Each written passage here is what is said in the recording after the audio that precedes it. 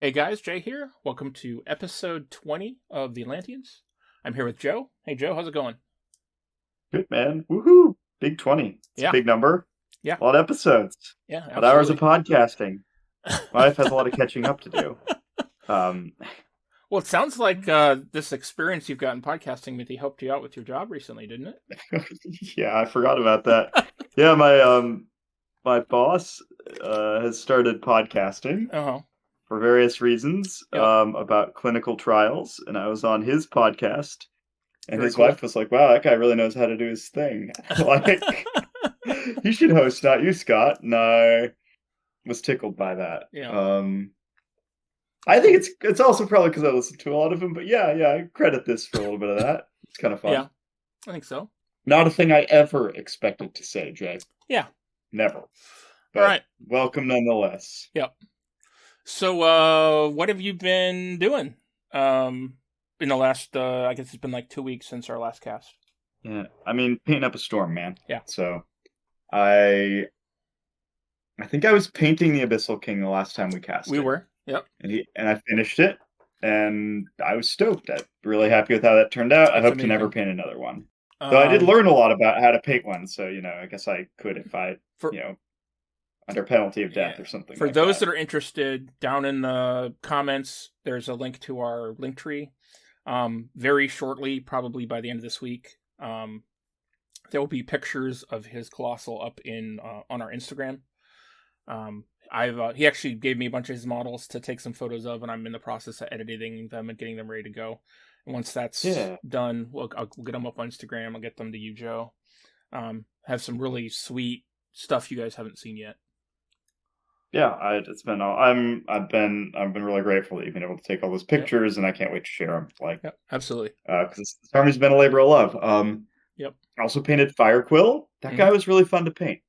Um, I'm doing the thing where I put the masks on my guys, and so I had a bunch of like modding to do where I had to like cut off the starfish and then cut off his head and then sculpt a new head and then put the Yeah. starfish back on. But I think it looks pretty good. Yeah. Like, if you look close, you can tell. But if you don't look close, you probably can't tell.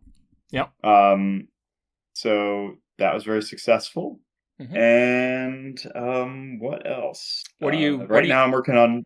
yeah, what are you painting tonight?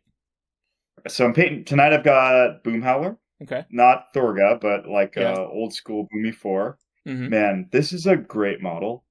Like, um, it has like the right amount of detail. It Yeah. has a lot of like interesting like textures and shapes to paint, but it's not like overflowing with like doodads and whatnot. Mm-hmm. So I'm though I say that, I think something that I thought was his like left pectoral muscle is actually part of his cape now that I'm looking at it closely.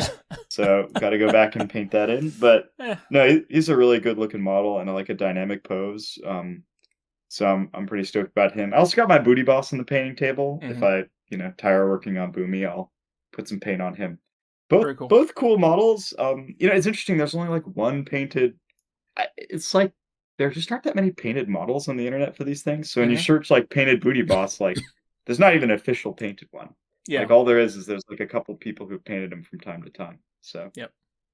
paving my own way with these. That's cool. Yeah. And then got a bunch of terrain. I painted my trees in Your the trees meantime. are awesome. Yeah, they turned out sweet and they were really fun and easy. And this weekend I'm going to do the dragons and then the Mm-hmm. temple. So puttering away. Can't wait till Nova's here. Yeah. How about you, man? What are you working on? Ugh. I've been assembling Umbrey, Old Umbrey. I've gotten Yeah. my core starting 100 points or so together. I definitely feel like I'm missing out on something. The two casters I've been playing primarily, Galina and Yana, are both Fury 6 casters, and so like running 5 or 6 beasts on them is really Oof. taxing. And the turn where you really have to go hard, and like there's always been a turn, it's usually like turn 3, turn 4, where if you don't just want to get like completely overwhelmed or knocked out on control points, you really have to go hard and just like force all your beasts almost to max. And they just frenzy and frenzy and frenzy and frenzy, and there just isn't much Yeah. It's your control. Fury 6? Yeah. Like, yeah, yeah, it's not good. no, that sounds really Yeah. rough. Yeah, the Like, game I just played a game today, and to kill two marauders on Foulblood's feet turn, because he kept toughing, I had to oh my gosh. And put that feat turn is real put annoying. 8 Yeah. of the 9 fury on the 3 ferals in my list.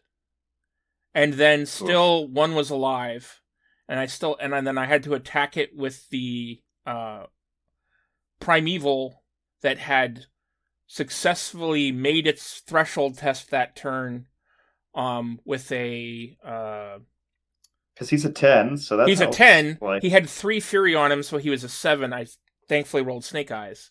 In my game on nice. Sunday, I did something similar with Strix. Strix is a 9. I left 2 on him after the big focus turn, the big feet turn, the big fury turn, and he immediately frenzied, charged my own thing, and then was killed the next turn. And I lost the game because of it, basically. Yeah, I mean, getting that balance right, it's going to be a huge part of the army, right? It is. I'm really thinking you either want to run a lot of ferals and not very many other things, or you want to run like maybe one feral and then a primeval or 2 or 3, and then Strix maybe if you have some balance.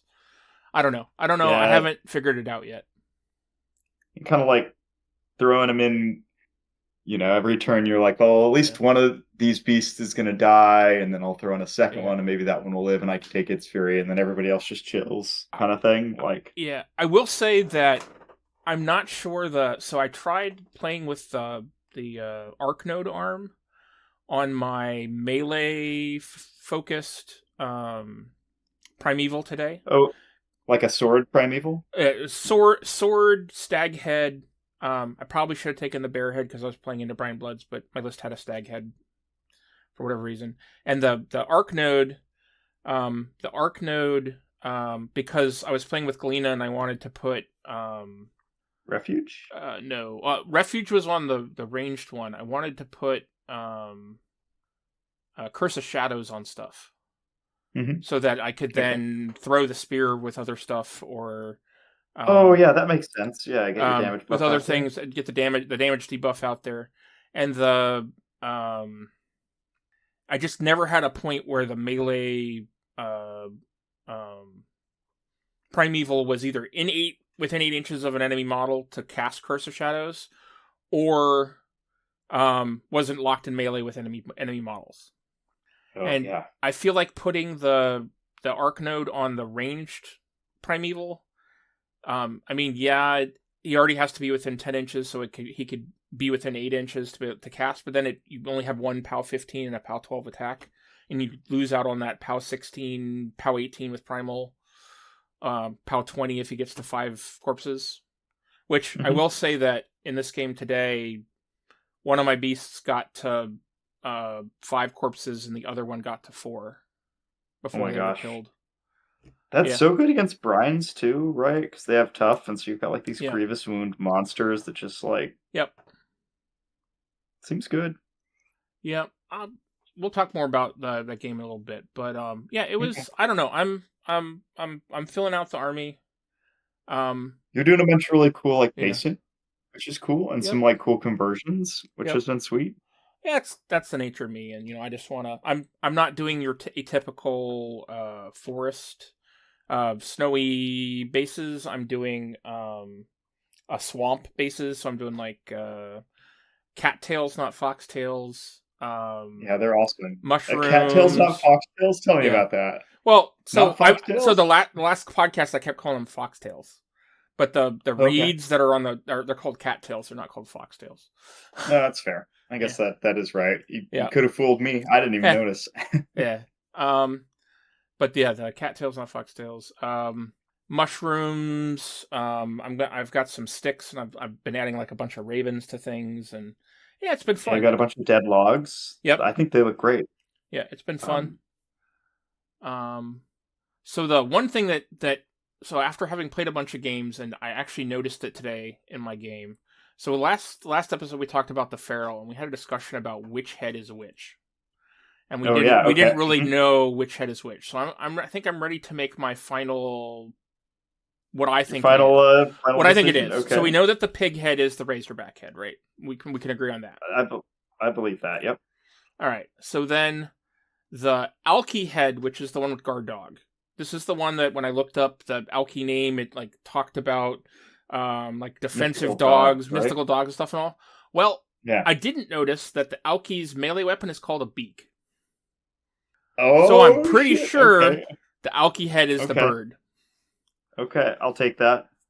Would not argue with that. Yeah. So the other two heads, we have the Drek head, which is the screaming spray, and it has a bite attack, and then the Praeton, which is the 2-inch reach, POW 14 gore attack. So I'm pretty sure the Praeton is the stag head, and then the dog rat-looking head is the Drek head. I'm pretty sure. Okay, finally, I believe that. That checks out. It's hard to argue with that, right? Yep. Not that I would want to, but Yeah, I don't know. I mean, I wish that it was different or tweaked, or I really like the look of the beak head with the wings and sort of that body, but I think it's really best if you're going to take the Drek head, you want to have the wings on that body. Okay. Because the move 6, fly 6, jump 5, spray 10 with pistol is pretty good. Pretty darn good. Yeah. Yeah, I believe it. All right. So you want to jump right into what we're talking about tonight? Yeah, man, let's do it. All right. So Old Umbrey. Old Umbrey, yeah. So as of the day of this cast, we've seen some more Old Umbrey models. We also didn't talk about Bohdan, Lesnoi, and Galina in the last cast, since we want to sort of touch on them a little bit. And we'll talk about new stuff that's in the core expansion box. These are stuff we have rules for. So I like it. Yep. So who do you want to start with? You want to start with Galina or Bohdan? Gosh. What? We'll do Bohdan. Okay. If you want to do Galina. I'm more excited by Galina, but somebody's got to do Bohdan. So first, this is the guy who had the alternate sculpt that was released at Adepticon. Yep. Great looking mini. Absolutely. He is sort of he's an old man that has ravens. He's kind of like a spellcastery backline kind of guy. Yeah. I will say, having put both of his models together, the Adepticon alt model is much better at fitting into cases. Very important. Yeah. Yeah. I remember I modded all my old Scorn elephants so they could fit into cases better, right? And get into melee combat. Absolutely. Yeah. Okay, so Bohdan. Speed 6, Arcane Attack 7, that's important because he's a spellcaster. Yep. Mat 6, Rat 6, not going to do a lot of offense. Yep. Defense 14, Arm 14, terrible. It is absolute victim stats. Those are like Severius 1 type stats, if I remember my Menoth correctly. So you're going to want to keep this guy safe. He has an arc of 8, so lots of fury to play with. He can play more beasts. Yep. And control of 16, so nice and big control, can play the whole board. Yep. He has Bird's Eye, which gives models in his battle group to ignore cloud effects, forest terrain, and intervening models when determining line of sight. That's really good. It's really good. It lets you it's a cloud out, and like Gravediggers are playing more clouds. I know Chimera has a full the Nixian Chimeralists play a lot of clouds right now. Yep. So Bird's Eye is awesome for that. And lets you fight through forests in a really favorable way. So that's super sick. Yep. He has a ranged weapon called Shifter. It's range 8. The weirdest thing for him. This is the Lord of the Feast's weapon. Yeah, it is. So if he hits you as Shifter, he can immediately place himself in base to base with the enemy model hit. So it's like he throws a crow up in the air, transforms into it, and goes and lands right next to you. Doesn't do any damage. And he in the fluff, he basically can morph into crows and then reappear, sort of like Dracula with bats. Yeah. He does it a couple of times in one of the fluff stories. Oh, really? Okay. Yeah. Probably not a thing you will very commonly use, because in melee, he's like a Mat 6 POW 10 with Life Trader. Yeah. and I'm at 6 POW 9 with Dispel. So Mm-hmm. like, you're not putting this guy into melee very much. Yeah. My headcanon for this dude is the Lord of the Feast retired and became Bohdan Lesnoi, an Old Umbrey guy. Yeah, it's not right? him, but yes, I agree. There's a lot of that. In his old age. He has 2 rack slots. He has Befuddle, which lets you take control of an advanced and enemy non-leader model. Yep. Very strong spell. Awesome on a Fury 8 guy. Gives you a lot of... It's like it can like be threat extension, can pull things into your threat range, and then you can hit him with Strix and bounce out. Yep. Or push models out of scenarios. So a lot of uses for that, but you're going to need an Arc Node to make it happen, probably, because he's so frail. Yep. He has Insight. This is a cost 4 spell that gives +2 to attack and damage rolls to enemy models within 10 inches. And it's a really powerful spell. Like, almost all the Insight casters have been really good. Again, hard because he has to be within 10 inches of whatever he's... Yeah. The enemy model has to be within 10 inches of Bohdan. So, really high potential increase in damage output. It's a real shame that his feat... I mean, his feat helps with this a little bit, but it's a real shame that his feat doesn't cast this for free for him, like Fiora 3's did. Yeah, I mean, I keep thinking it should. Mm-hmm. He has Murder of Crows, which is a cloud that does some damage. But so the feat, to get to Jay's point, so it gives friendly faction models last word, which is when you're disabled. Friendly faction warrior models gain last word. So when you are disabled, you can move 3 inches and make a basic melee attack. I think that's fine. I've never found it to be super impactful, but it can be cool. I think the coolest thing to do with it is like, when your Nightfall. Sorry, which one is the? When your Dawn Chosen of the Witch dies, she can like wander over and hit somebody and blind them in the middle of your opponent's turn, and that's like probably pretty nasty if they haven't thought about it and aren't playing around it.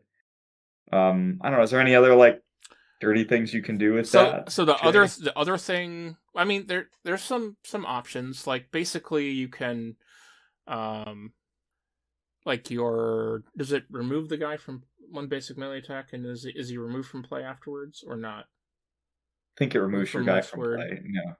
Yeah. So you can like move a mark if a mark model gets killed with this, he can move 3, make an attack, and then you can morph him into a shapeshifter. Oh, that's cool. And then they get a shapeshifter where they don't want him to be. Yeah. Yeah, that's pretty neat.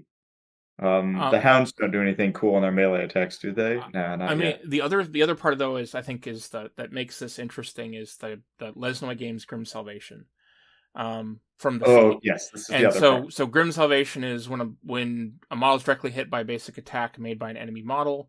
Choose a non-friendly non-incorporeal warrior model within 3 of the model with Grim Salvation be directly hit instead. This model is hit and suffers damage and effects. So like you basically can like, if you surround him with a bunch of marked models, he could teleport up there, get up in melee, get up there, pop Insight, go to town with his beasts, go to town with his stuff, surround him with a bunch of marked models, and then every time you try and assassinate him, he passes it to a marked model. If the marked model dies, he gets to move 3, make an attack, and then shapeshift. Well, that's pretty sick, Jay. I like that a lot. Yeah. I think you're right. The marked models add a whole new different flavor to that. Before them, and we're about to talk about them, but before them, like Voronoi was the most interesting thing I think you could do with it. Like, and it's basic attack, right? So it's like it also works on melee, which is pretty nice. Yep. He seems cool. It seems difficult to unlock right now. Befuddle and Insight are really powerful, but you're gonna. Yeah. He's got such victim stats. It's hard to unlock him. I think he's gonna really want some arc nodes. He's got a POW. I think someone will come up with the coolest for him, but he's not obvious. I don't think. Yeah, he's got a POW 10 melee weapon with Life Trader and a POW 9 with Dispel. So like he's got some tricks, and I guess he could throw his bird at a solo and land on the solo and knock it out, or go attack something to get somewhere where after you're something with like Berserk waves through, he kills the last model, then they go score something. I mean, there's some tricks there, but I don't think it's like a common thing that's necessarily going to be used a lot. I'm sure some crazy top level player is going to, like, at a major convention, do something where he, like, throws him into the middle of the enemy army and surrounds him and floods it with his army and makes you eat 30 minutes of clock dealing with, if I hit him or do that, do I then trigger this, which causes shapeshifter to do that, or blah, blah, blah. Like, there could be some sort of combo like that, but that's all I see that really is sort of what he does. Yeah. I think, one thing maybe he does have going on him is, like, he is the only Arc 8. Yeah. And I think he's the best caster of Windstorm in the faction right now. Oh, totally. So that is one thing he has going for him. And that is a real big problem. Is one of their weaknesses is they don't have a lot of good protection against shooting. They have some options. We haven't seen all of them. We know that some are coming probably in the box that will come out in September or October. And there are some options in the core expansion box, which we're going to talk about tonight. It isn't exactly Shield Guard, but there isn't a lot of good protection against shooting. And if you're going to play into, like, Gravediggers or some shooting heavy army, Lesnoi is a decent choice because of having Windstorm and being able to have him cast Windstorm every turn, which most of the other casters can't really afford to do. Yeah, so I think that is kind of his niche. Yep. I would agree with that. You want to talk about Galina? Yeah, let's talk about Galina. So Galina, she's your sort of standard sniper, hit and runny kind of sort of caster. She's speed 7, rat 7, ATT and mat 6, def 16, arm 14. So if you can hit her, she's pretty easy to do damage to, but you got to hit her. She's arc 6, so like Yana, another 6 arc caster, but she has a control of 14, which is interesting. So she's only arc 6, but her control is 14. She has Pathfinder and Breakthrough naturally, so she can leave if she gets engaged. She can leave combat and still really make nice. her actions that turn. She's got a gun and a sword. The gun is rate of fire 2, range 14, PAL 12, magical, with bait the line. So bait the line is basically Warbeast in her battle group gain +2 speed when charging a model damaged by this weapon this turn. So it's only when charging, it's +2 speed, and they don't do it for free. But as long as a Primeval has a 1 corpse on it, it can charge for free, which is nice. I wanted Firequill to get this rule so badly. It's it's really nice. It's really good threat extension. Shield Guard is the thing, like, you got to worry about with it. Right. Like, that's the counterplay, is that they Shield Guard and all of a sudden you got the wrong thing baited, but it's really good. I mean, it still lets you, like, if you're going to Shield Guard over that thing, unless I'm killing it with my shot, which I guess Dusk or Crix has a good shot of doing. I still can then charge that thing instead with the +2 speed and still get to the position I'm trying to go to, usually. Yeah, you're right. You still have that option. Yeah, and combine this with Rush, and you're charging. Most of your beasts are charging 13, moving 13, threading 14 or 15. Strix is charging 14 and threading 15. I mean, it's a pretty good ability. It's really substantial, and, like, it puts your threat ranges, like. Yep. I think 10 is bad in this game. 10 is like kind of bottom of the barrel. Yep. I think 12 is good, and this puts you into 14, which is like elite melee threat range stuff. Very exciting. In my game today against Richard playing Brine Bloods, I was able to charge into a unit of I was able to feat with her. I'll talk about her feat in a sec, but charge across the center line into one of his unit of Marauders and kill 3 of them, and then leave with her feat, which was really nice. And he still survived because I'll just talk about her feat. So her feat is +2 so while under control range, friendly faction models have +2 defense and reposition 5. So he was able to charge, move 13, have 2-inch reach, tack into his lines, and then repo 5 back sort of across the center line behind some objectives. So he wasn't able to get a lot of models into me in response, which was really nice. Oh, I forgot about the Repo 5. That And is then so awesome. and then being def +2, all the beasts are 13s except for Strix, which is a 14. And so being defense 15 for whatever the little bit was able to hit me back was really effective, and they only did a little bit of damage to me back, which was nice. And it's great on like Chosen of the Witch, right? Yep. They become Oh yeah, no. So Chosen of the Witch, super tough. I was able to hang him out there. We were playing Wolves at Your Heels, and I was able to hang him out there and sort of not contest his objective, but set it up so that once he pushed it towards me, I could sort of charge the stuff that was going along with it. I was able to hang him out there and with Surefoot on them, so they were defense 18, which was crazy. That's gnarly. Yeah. Yeah. I mean, they're just not getting moved at that point, right? Yeah. They can't be knocked down. I don't remember if they have tough naturally, but you could always like for the Motherland. They just don't to make them really extra irritating. So one of the things I haven't been taking for the Motherland because I'm trying to figure out what of my 5 command cards I normally take to drop to take it. But I definitely it's not an obvious one to take. I definitely think it's something that's needed, especially if you're playing with the Chosen. Yeah. So and even dumb stuff like defense 16 Verona is really irritating. Yeah, like it is. And you put it on Galina, and she's defense 18. She's defense 18, and then on her feet turn she's defense 20, which is pretty crazy. Yeah, it feels like she's often gonna rack Surefoot. Yeah, like, I think so. It works with her feet and the things she wants to bring. I think early game you're putting it on like a unit of Chosen, or put it on Strix, or put it on something that's already defense 14, and you're buffing them to 16 or buffing them to 15. And then late game, as the enemy gets closer, she's putting it on herself to try and keep herself alive as best she can. Keep herself alive. Yeah. And I love a caster with a gun like this because she can just do work all game long, right? She can kill 2 models every turn, and like that really adds up, you know? Yep.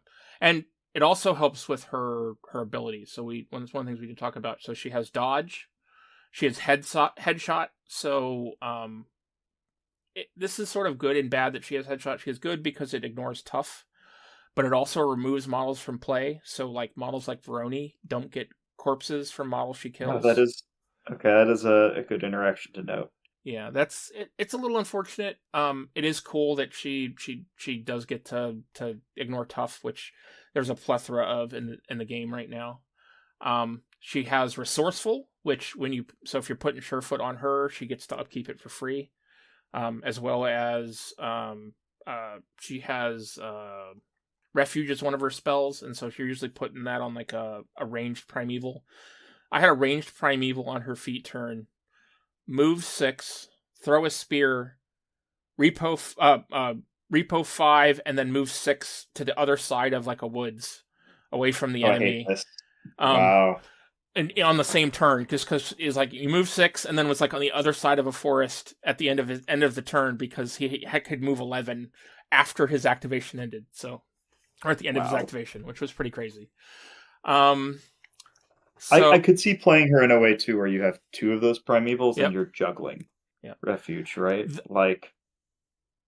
Very fury intensive. I agree. Could be a reasonable way to play this. Yeah, and I think that wouldn't necessarily be a bad thing. I might try it at some point. The other ability she has, which is, I think it's kind of questionable. It's really cool that she has it. She has prey. So you can pick a thing, and if she gets to shoot that thing, she has +2 to hit. So she's Rat 9 and +2 damage. So she'd be POW 14. But like in my game today, I put it on the Lakabash brothers because I figured that they were going to be the thing that was going to be escorting the objective up the side, and I would be able to sort of snipe at them and then charge into them with some beasts and stuff.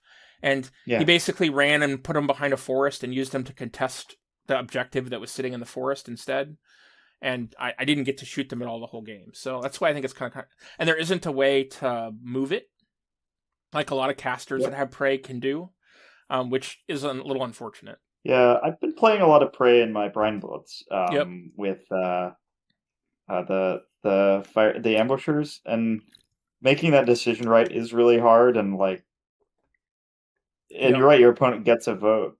Yeah, I think I'm still figuring out how to do it. Like, I mean, I think the principle is you want to do something your opponent just cannot afford to do that with.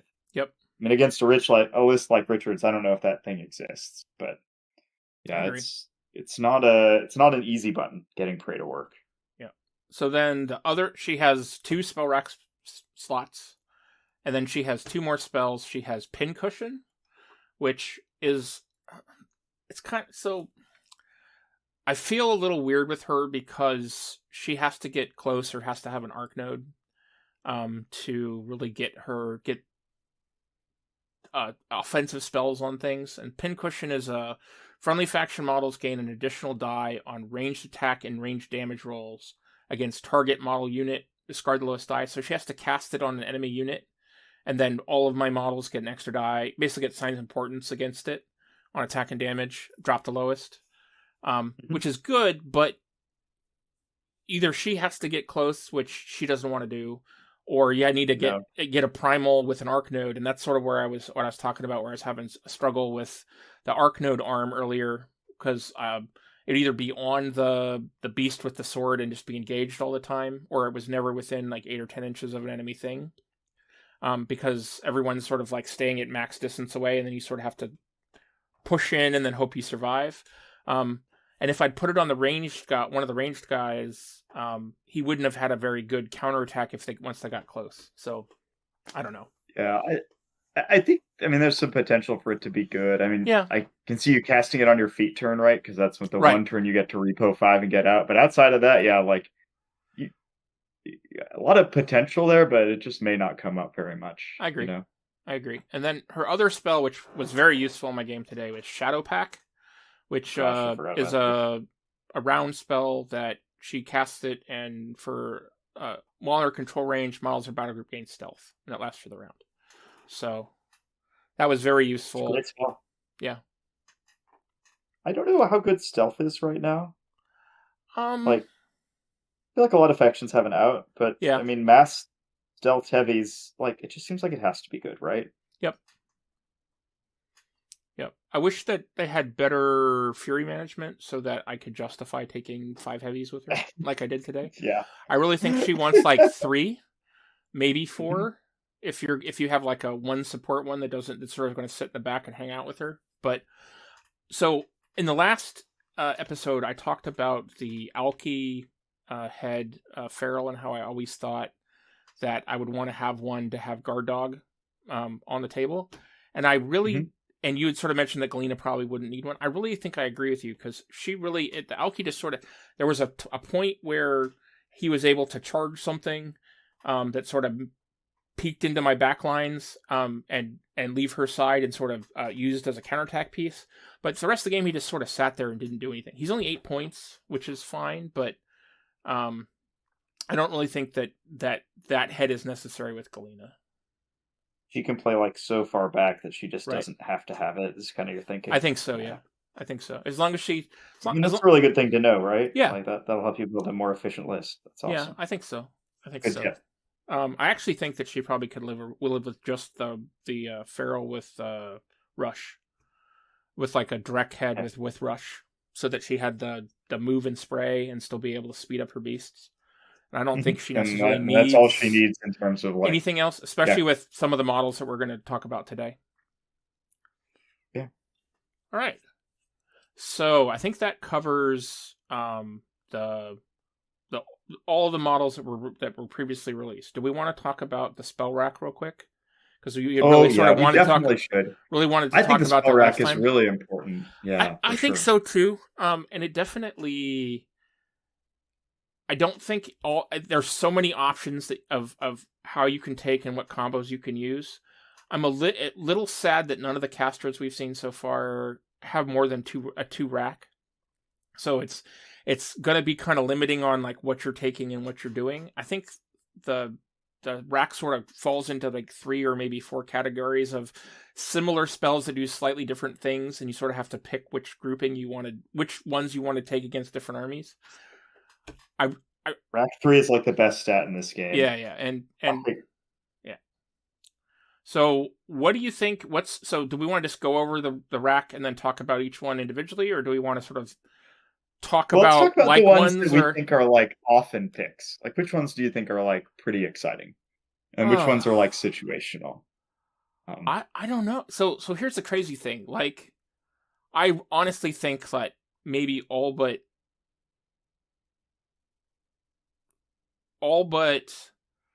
3 of them, and it's probably controversial which one I think is the third. 3, maybe 4 of them are like you always want to have them, and it's just depending on what opponent you're playing against is which one you take.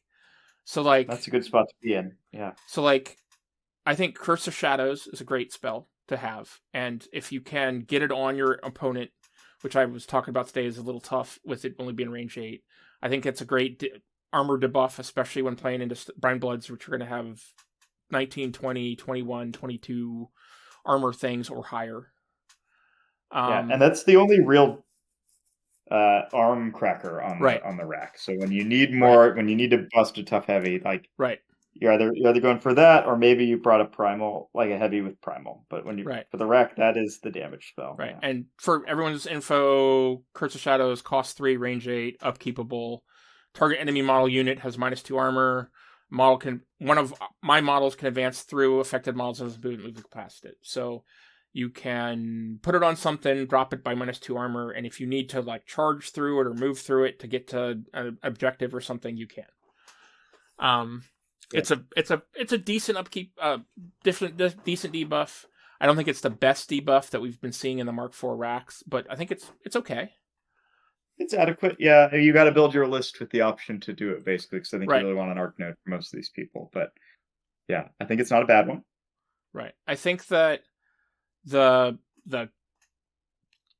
3 that are the most common that you'll sort of be... You basically take like one of them, I think. You might, in some lists, be able to take 2, are Inviolable Resolve, Surefoot, and Wild Aggression. I think those 3 are... Do you agree with me that they're sort of... They fill a similar role, but each one does something a little different?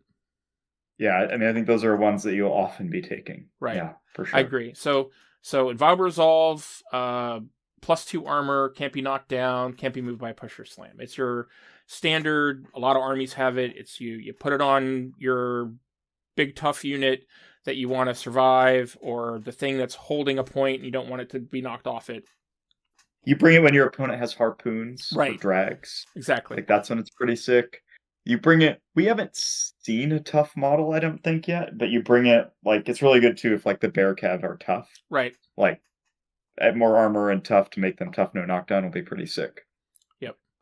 Surefoot is the one I've been playing with the last couple of games, which I think is great, especially on the champions. Surefoot is 2 costs, 6 upkeepable. Target friendly faction model unit gets +2 defense and can't be knocked down. It's so good in so many situations, especially with a 13, 14 defense army like Old Umbrey. Mm-hmm. Yeah, I like love it on the Strix, right? Yep. That guy's going to be awesome with it. Yep. Love it with champions. Peroni is going to be awesome with it. Yeah. Yep.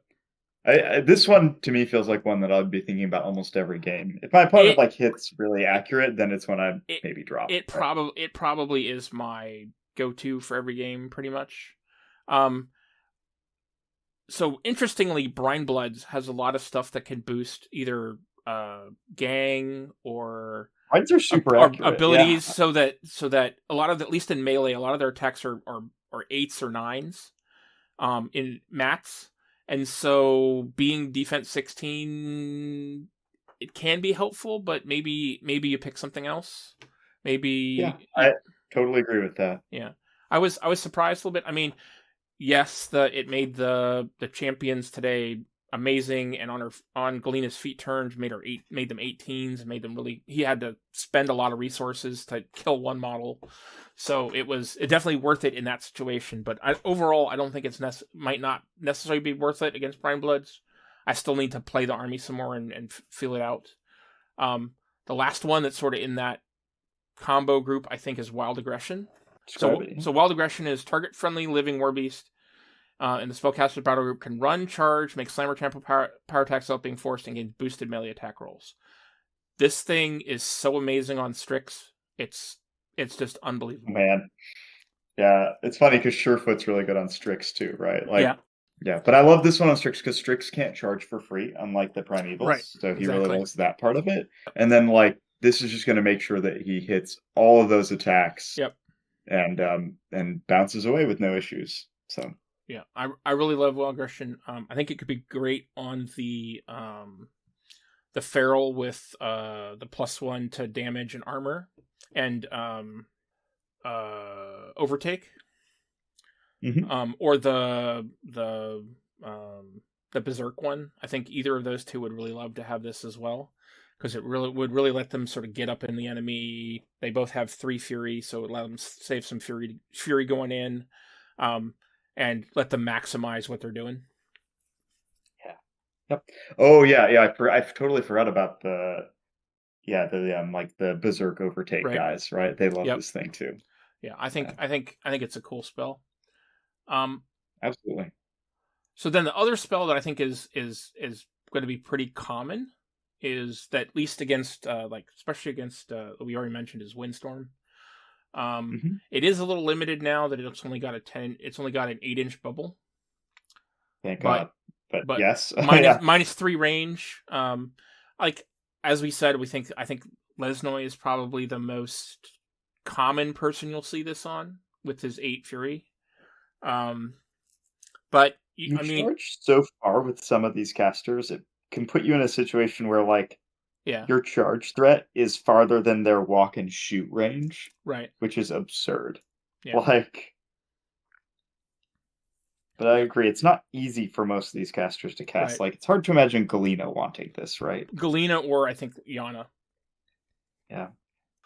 Maybe the new guy we'll talk about here in a second, but he also he wants to keep his fury on him, which is weird. A little weird. Yeah. All right. So, what's remaining? What are some of the others that you think are good, but maybe aren't as commonly seen? Yeah. So I think I really like Lashing Tendrils. This gives a friendly model unit 2-inch reach and chain weapon. Yep. There are times when, I don't know, I think a lot of these modern Gravediggers armies, they have a bunch of jacks and they all have a shield. Boom. This all of a sudden is +2 damage against that. Right. It also is giving Strix another inch of range. So makes them threat 16 reliably. Oof. It's dirty. Yeah. The Malef, the Crix Jack, it's the Malefactor. Did I get that right? Yep. Yeah, that one, you also see shields there. So, if you see your opponent's list and there are a bunch of shields, maybe thinking about Lashing Tendrils. Yeah. I think Earth's Sanctuary is the poor man's Windstorm. I think, it's you can imagine Galina wanting to just choose a spot, and she sets up a sniper, her sniper nest there, and she digs in, and that's pretty solid for her.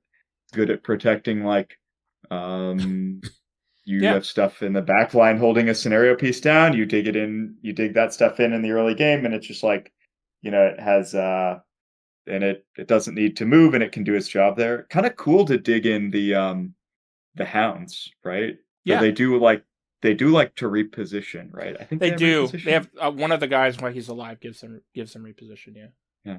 You could maybe imagine digging in the hounds, but yeah. So I think that might have play. This army's so good at using terrain, though, that maybe you just rather bring defenses. I think so. I think or use the terrain on the table. Right. If you need to dig in, I think that it's either defenses, or they're going to want to be, especially the hounds and some of the other stuff, wants to be moving and then repoing back into position to score things, and it adds a little bit more threat to them. But I agree that Earth Sanctuary is interesting. I'm not exactly sure where it fits just yet, but it could be really useful on some of the stuff that we haven't seen yet. Yeah. Let's see. You've got the 2 nukes are Earth Spikes, which is the POW 13, AoE 2, range 10, which ignores cover and concealment. So that's pretty dope. Haven't really seen the spell slinger let, but this is your best geomancy thing, right? If it crits, that also knocks the model down. So I really think that Lesnoi with a couple of 2 primevals with the Geomancer staff is really interesting. So I don't think it's quite as good as I kind of think of it similar to Kruger 2 with the 2 World Wardens and the Chain Lightning stuff. I don't think it's quite as good as Chain Lightning, but I think it has potential of doing some prizing, because you could force for 1 to cast it, and then force to boost, roll to hit, and if you crit, you knock everything in the AoE 2 down, which could be an interesting effect. Yeah, and it's a bunch of there's spells. I feel like there's much less anti-magic tech than anything else in the game. Right. Like it doesn't say it on the card, but it gets around Dust Devils, for example. Like, yep, because they don't give the bonus against magic. It gets around Windstorm, for example. If your opponent has Windstorm, this is like a reliable nuke. Yeah, I mean, you probably aren't taking this unless you got a bunch of Geomancy Wolves, but it's a nice thing to have. Yep. There's 2 left. Do you want to? So there's one of them? Spirit Fang, which is a spell that's naturally on Yana's card. It's a 2-cost, range 10, POW 12. Lasts for a round. Model damaged by this attack suffers -2 speed and defense for 1 round. This is another. It's because Yana has this. I think it's a good reason to include a Primeval with the Geomancy staff with Yana, because it lets her either lets it cast Spirit Fang to sort of slow down or debuff stuff until you get up close, and then you're casting Fury Strength. So it gives you two options to use the staff with Yana. I don't know if it's a spell that I would normally take primarily in most games. Maybe against Chimera, because Chimera's got a lot of higher defense stuff, and so maybe I could use it as a way to debuff the mix it and the spray from the Feral to really debuff some of their higher defense stuff. Yeah, and it can give you like threat range superiority against them, right? I mean, you already have it a little bit because all of your stuff is Spirit Warded, right? So that prevents Hunter's Mark, but then also giving him -2 speed really like cripples him. Yeah, I think that's like one of the best use cases, right? Except they have the trike, and so maybe it won't work. But I can imagine like I don't know, you're playing against Mortenebra, like she's really fast. Maybe you need to slow her stuff down.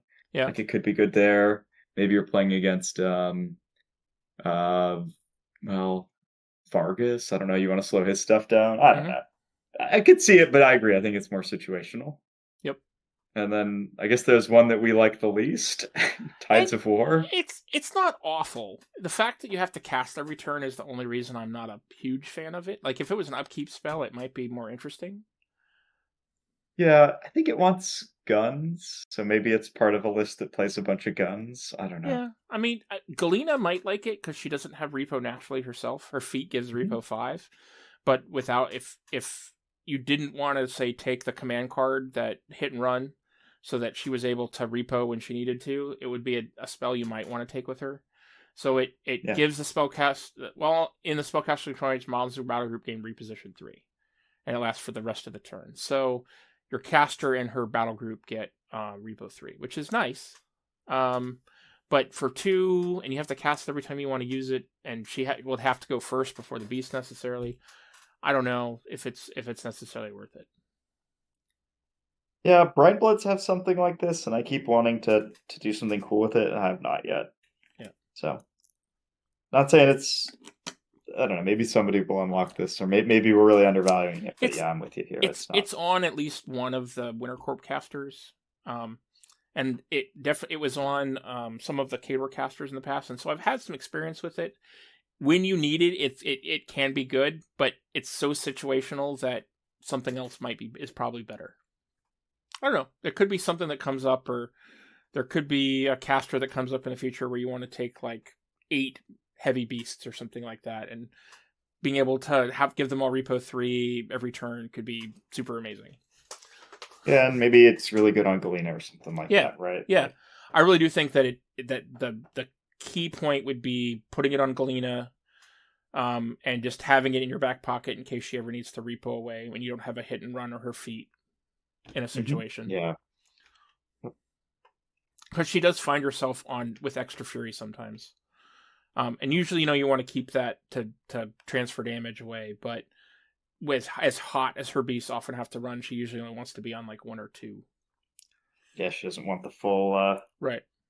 Yeah, she runs some hot beasts, doesn't she? She She wants does. to run them like She does. she wants to max them out every turn and pop in and pop out, and then like have them frenzy in her back lines. Right. Exactly. Which is a real thing that could have happened today if Richard hadn't just killed 3 of my beasts on the turn on his turn. So Yeah, and that's what the SFG guys were saying on that one podcast, right? yeah. The Blightbringers, they're like, part of your fear management is your opponents kill your beasts, and like, yeah, Yeah. maybe we can do better though. I don't know. We'll see.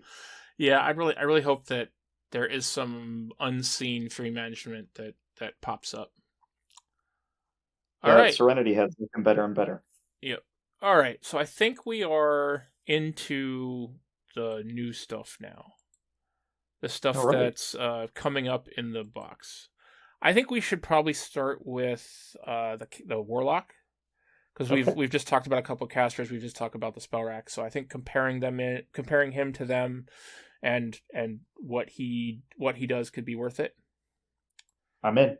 All right. So the new caster's name is Captain Maxim Azanov, and he is for those that watched the Adepticon cast, he's the caster looking guy in the wolfskin armor, the wolf fur armor that has the big 2-handed sword on his shoulder. Yeah, the enormous anime sword. Yeah, him. The paint job for him is incredible. I love the war paint that he's got on. Yeah. Like, he just looks like a badass. I agree. So he is speed 6, ATT 6, mat 7. He's defense 15, arm 17. He has 7 arc, and he has a control of 12. I think that's a pretty good stat line for him. He's a 32 added together. That's a pretty good total for def and armor. 15-17 is great. Yeah. And so he's got battle plans, which is interesting, and they're interesting. Usually, if you have battle plans, they usually are like they have like a theme. They're usually like specifically for living models, or specifically for the battle group, or only affect themselves. And his sort of do a mix of several things. So he has battle formation. So while in his control range and base to base with one or more model in his battle group, friendly faction warrior models gain +2 armor and can't become knocked down. So it's sort of like he gives his battle group anchor, and then also buffs warrior models with +2 armor. This will be really interesting when we see like the heavier infantry in the cav. Right. I think so, yeah. But it's pretty good on the gosh, what's the unit we saw today, Jay? I should know this. Great podcasting. The Wardens. Yep. And we'll talk about them, but with this spell they get up to armor 8. Up to armor 20? Yeah, armor 20 and pretty good. And armor 20 in melee. Yeah. And if you put Enviro Resolve on him, it could be 22. Yeah, so that's like, I don't know if you want to do that, but it is something. Yeah, it's an option. Not the worst thing that's ever happened. Yeah. It's an option, for sure. So then his second battle plan is Soothing Call. Remove 1 fury point from each friendly living faction war beast currently within 10 of this model. Might be the best reason to play this guy. Yeah. I mean, yeah. He manages Fury. Yeah. Yes and no. He manages Fury, but at the same time, he has to do it after the beasts have activated. So you can't like pop his feet and get the benefits of his feat. I mean, it's not as good as you want it to be, but I mean, his feat primarily affects faction warrior models, so it might be okay. But all right. So then the third one is Stand Your Ground. Target friendly faction warrior model unit. The model unit's at range gains set defense, which I think is the thing I missed the most, the ability I missed the most from the battle plans of the Winter Corps officer. They changed it to give a model a reroll to attack and damage. But I used to use set defense all the time, and I think this is a great rule.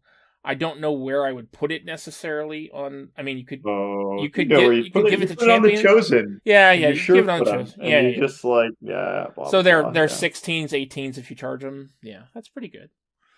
Seems with Surefoot. Yeah, right. So then he is a gang fighter, and he is Field Marshal gang fighter. So gang fighter is when making a melee attack, targeting enemy model in melee range of a friendly warrior model. This model gains +2 to melee attack and melee damage rolls. So him and his beasts get +2 to attack and damage against models also engaged by warrior models.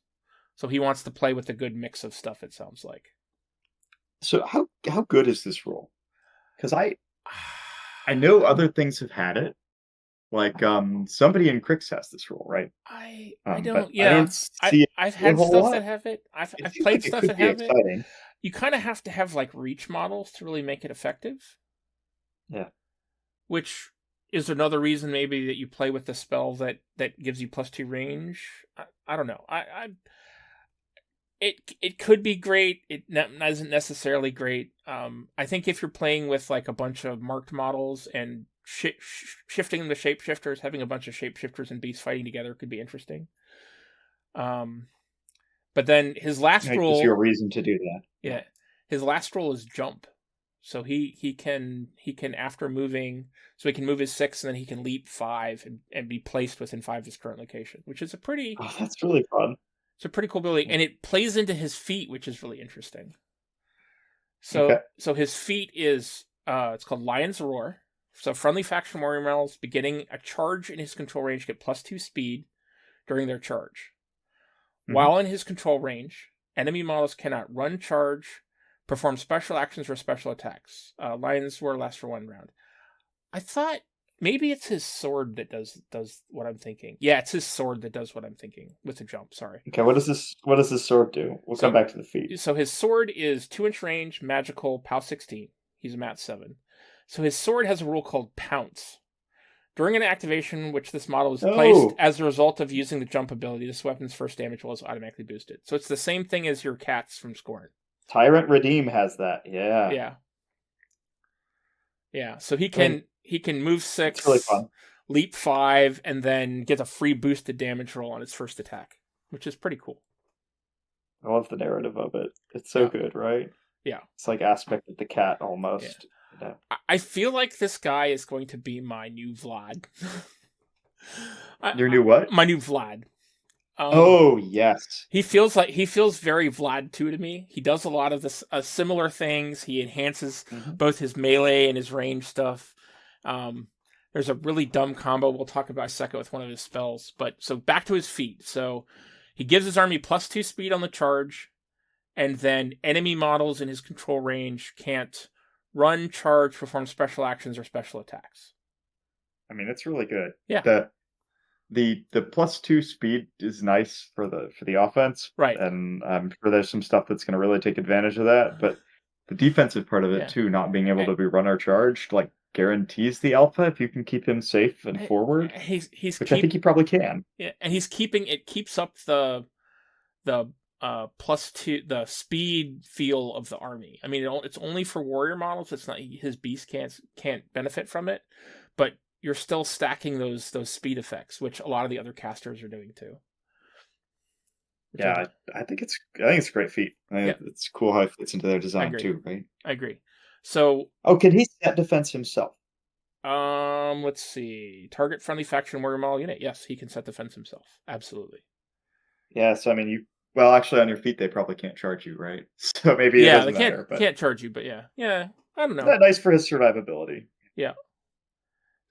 So he's got a rack of 2, so he's another rack 2 caster. Hopefully, the next caster will be rack 3. We'll see, but he's got a rack of 2, and then he's got 2 spells, which are both great. He's got Arcane Might, which is a thing that Vlad 2 has, which is it's cost 2, it's an upkeep, it's in his control of 12. While in the spell has control range, friendly faction non-leader warrior models can spend 1 focus or fury point on the spellcaster to boost melee attack or melee damage rolls during their activation. So your warrior models can boost attack and damage rolls using his focus, which is crazy. Yeah, it's great power. It's from Zal, right? Yeah, Zal originally from Vlad, right? It was originally on Vlad too. I mean, so I'm really good. I'm very familiar with it. It is a very good ability, especially for a melee focused heavy army. It's fantastic. Now the crazy combo with it that someone pointed out today is you can take Vilcool, which if you lucky penny her, she'll have 5 focus, so she'll effectively be able to spend as much as like 10 focus. Yeah. You boost all her attacks, or like Yeah. boost all her damage rolls. She's a weapon master, so you can just like crank out the like boosted weapon master Yep. wax. Yeah, I Right. mean that's gonna be awesome. Exactly. It's pretty crazy. And she benefits from the speed too, so she goes forever. Yep. She benefits from the speed. I think it's going to be, for me personally, I haven't really been enjoying. I played Vilcool and Razor today in my Galina list, and I wasn't really impressed by them. Some people call Razor a hate crime for how powerful he is, but I haven't personally experienced that yet. Really? Okay. I don't see that either, but happy to be proven wrong. Yeah, I don't know. Some people say he's just like the greatest thing ever, and I have never had that work like that for me. But I think that on some shapeshifters, like the Apex looping we're going to talk about in a second, I think this on him is crazy. Oh yeah, he's gonna get to do whatever he wants to do, and it's gonna be nice. Exactly. So then his other base spell is Revive, which, thank you God, Jesus, for giving a Khador caster Revive. Thank you for giving me recursion. Thank you, Lord. Jay, how does it work with marked models? So marked models. When a marked model transforms, I think they're removed from play, so I don't think you can revive them. But we'll look at that when we get to them. Yeah, let's make a note to check that out, because that seems really important. I think that could be really important. I think the one of the really cool uses of Revive are going to be bringing Chosen back, bringing them back. I don't think they're not grunts. They're not grunts. Bring them back. Okay, so maybe not. I don't know. Maybe bringing Bearcav back. Bringing Bearcav back is going to be sick. Bringing I don't know what else that you would necessarily be bringing back. Maybe I don't know, but stuff that dies. Yep, but it's there. It's going to be good. So the Legion Wardens, this is like the first basic infantry unit we've seen. Right. So this is like, it's not a character unit. It's not something fancy. This is like vanilla Old Umbrey style. Yeah. So the unit is 5 grunts for 5 points. Mm-hmm. So cheap as chips. I don't think there's anything that's 5 for 4. If it is, it's like Cossacks or something like that. Right. They're speed 6, mat 6, so fast. Defense 12, armor 16, Pathfinder. So I think it's like a fine stat line. They have unyielding, so they gain +2 armor against melee damage rolls. 12, 16, I think these guys are pretty squishy. Yeah. Do you agree? Totally. They're not the squishiest thing in the game. They're not going to die to like random blast damage too much, but they're not going to die to POW 10 shooting that much. But things are going to kill these guys. They have 2 melee attacks. They're not terrible. They have unyielding, so if they get into combat, they're arm 18. But arm 18 is unfortunately pretty low in the game right now. So yeah, they are pretty squishy, but you kind of want them to be squishy as well, because they're your primary of what we've seen so far, your primary marked unit. They are the thing that's going to give you the shapeshifters. So they have an attachment called the Primalist. Yep. It attaches to a small base Legionman unit, so that we know there's another Legionman unit, so this can also attach to them, but we don't know what they do. We know that I think we have guns. We know that. Yeah. Speed 6, mat 6, defense 12, arm 15. So 1 less arm, but that's 5 boxes instead of 1. Yeah. This model has set defense, which is kind of nice for it. The big thing is this gives buffs to the unit that you're attaching. Right. You choose 1 primal aspect at any time during each of the unit's activations. Yeah. The first is Charge of the Stag, which is brutal charge, +2 to attack damage rolls. For charge +2 to charge attack damage rolls, so it helps them. It bumps them up to POW 13. Right. So not terrible. That's okay. Cunning of the Wolf gives Prowl. Mm-hmm. Which helps keep them alive a little bit. So, could help keep them alive. And then the last one is Path of the Lynx, which is they gain Tree Walker. Mm-hmm. So they ignore forests when determining line of sight and get +2 defense against melee attack damage rolls while completely within a forest. Situational, but cool. I mean, you've got it. I think that one will be best if the other unit actually is a ranged unit. I think you'll take the Legion Primalist on the ranged unit and give them Path of Link so that they can sort of stay safe and shoot through trees. Or Cunning of the Wolf, so they can be a shooting unit with Prowl. Right, exactly. I don't think I would take this on the Wardens as a default. I don't think so either. I think if you had to fill 2 points and you had already maxed out on other 2-point things in the army, you probably could take this. But I don't think it's going to see much play on the base Warden unit. Yeah, I'm with you there. All right, now the Apex Lupine. Yep. And so what we know, and so we only have rules for the Apex Lupine. So what we know is that there are two Lupine and two Ursine shapeshifters. So there's 4 different shapeshifter models. The base shapeshifter, the Lupine shifted, they're FA4, and you'll get 2 of them in the core expansion box. We don't have rules for them, but we know that they cost 2 points each, and they're FA4. This is the Apex Lupine. These are FA2, and they cost 4 points. So you want to talk about the Lupine? Sure. So I think the place to start is actually how they enter the game. Yep. So they have a rule called Shapeshifter. They don't begin the game in play. Right. Instead, they enter play. Their default way of entering play is when a friendly marked model is disabled by an enemy attack. So the Wardens were a marked model. Or as a result of a continuous effect, the model can immediately replace it. So you just take the model that died off the field and you put the Apex Lupine in its place. The replaced model is removed from play. Okay, so you won't be able to bring it back. Yep. When a shapeshifter model replaces a unit that was placed on the table as a result of ambush this turn, so if you have an ambushing unit or a unit that has already activated, you have to forfeit normal movement and combat action. Okay. So you can't, for example, run a Legionman unit and pop an Apex out and I got that wrong.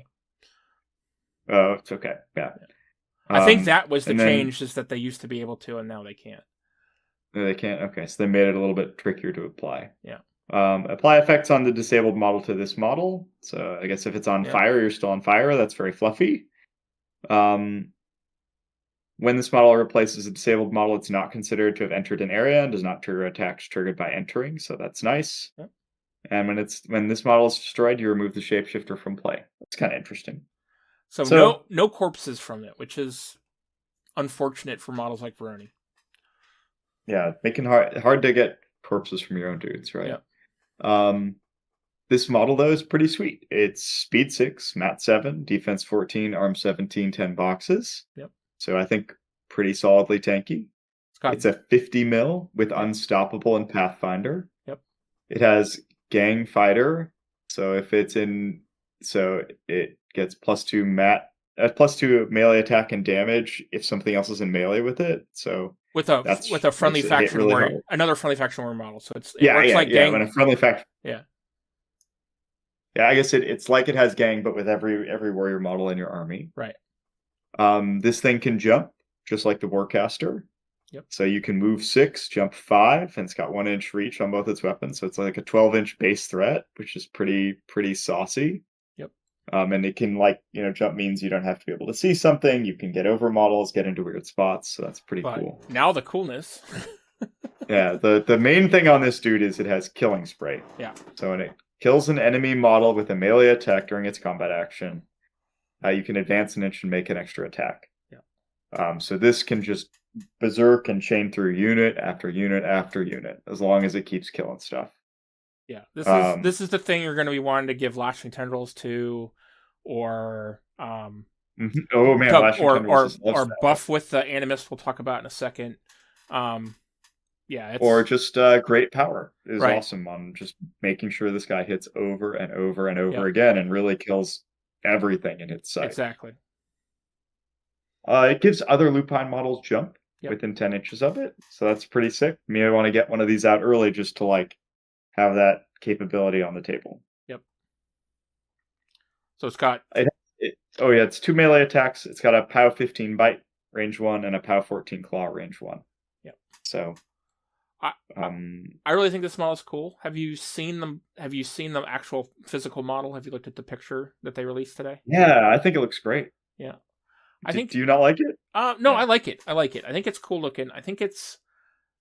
I'm hoping they do an alt model so that we'll have two of the same one. Yeah. I don't know. I think that one of these is going to be a good include in an army. I don't know if I would necessarily take two, especially with maybe I'm hoping the bearer is a little more. So this does work. It can kill units really well, but I think it's a little pillow fisted to go into some heavier stuff, heavy jacks or heavy beasts or heavy infantry. Yeah, it's hard to. There's a lot of heavy infantry that Right. this thing is going to bounce off of a little bit. Yeah. Now, if you're using great power and you boosted it with the Arcanist, like then it's starting to hit really hard and might really chew through heavy infantry and cav. Right. Yeah, I mean this thing is not going to fight heavy warjacks. Right. And I think to really live the dream with it actually really does need that extra help. You know, those. Yep. You want to stack some buffs on it to really see it go bananas. I think so. But overall, I think it's a cool model. I think it has some great rules, and I'm definitely looking forward to getting my hands on one. So what do you think about shapeshifting? Like, it's kind of a pain in the butt to get the model on the table. Like, is it worth it? So there are two models that can bring shapeshifters on the table. Two things that can bring shapeshifters on the table before the enemy kills something. One of the abilities of the Animist, which is a solo we'll talk about in a second, can sacrifice a marked model within a given range and force it to shift. And then one of the Primeval's arms, I'm pretty sure it is the Rune Skull, which is the Arc Node. Yeah, it has Invoke the Beast. Once per turn, anytime during its action, its model can cause a friendly marked model within 8 inches of it to be replaced with a shifter model that has not yet been put into play. The place model is removed from play. So there are ways to get them on the table right away, even on like turn 1. Yeah. But I feel like you're going to want to do that some of the time. Right. Oh no, I definitely think that depending on which. So the thing I'm a little worried about with shapeshifters is that they are points that are basically starting in reserve in your army. They are stuff that's starting off the table that you bring in during the game. And so if your opponent just chooses not to ignore those things, or they have something that removes models from play, or you have an opportunity of not being able to bring stuff in unless you have stuff that can bring them in yourself. And a lot of your utility seems like a lot of the utility is in is what the shapeshifters do. And I'm worried that, like, do you take 10 points of shapeshifters and start with 90 points and start down? Do you take 6 points? Yeah, and then you're like not really in control of where that stuff needs to be. Yeah, exactly. On the flip side of the coin, like, you know, the ability to you can make them pop out, and so you can sort of you almost get to you have a unit of legionmen on the left or the right, and on turn 2 you can put them in the right spot. Right. But still, you got to make sure they hit the table before you need them, so you're going to have to be planning ahead. Right. You may occasionally get your opponent to pop one out in a cool place and they can't handle it. And it's going to be kind of a headache to play against. I think that it does give a lot of agency to your opponent. I think Bohdan has the best shot at getting them out in a cool situation during his feat turn. But that's really the only model, the only reliable chance you have of doing that, I think. Yeah. Yeah, I feel like a lot of the times you're just going to be popping these out fairly early on in the game.